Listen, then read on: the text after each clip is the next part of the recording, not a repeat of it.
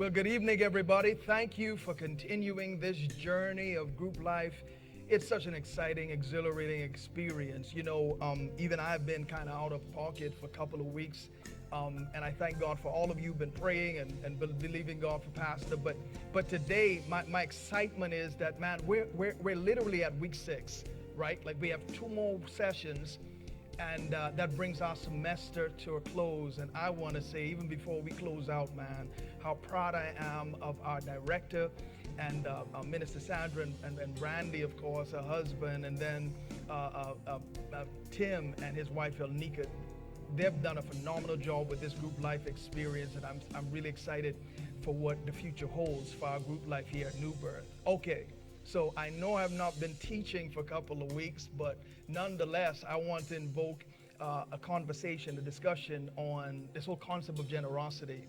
But tonight, I want you to discuss generosity in terms of the love of God. So there's a couple of questions I got that is going to invoke some and stimulate some conversation. Here's question number 1. How do you honestly feel about God's love for you? Do you feel God's love is unconditional or with condition? And can you give your reasons for what you believe? Let's go over that again. How do you honestly feel about God's love for you?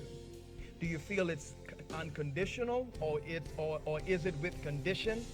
And either way, either or, why do you feel the way you feel? That's question number 1. Question number 2, I only get 2 questions today. Question number 2. Generous love is showing kindness without an intended reward or motive. Generous love is showing kindness without an intended reward or motive. How difficult is it for you to be kind to others without any expectation? How difficult is it for you to be good to others or kind to others without any expectation? And then here's the other part of this. Have you learned how to turn the other cheek and go the extra mile? Have you learned how to turn the other cheek and go the extra mile? I know someone would say, try Jesus, don't try me, because I throw hands. No, for real.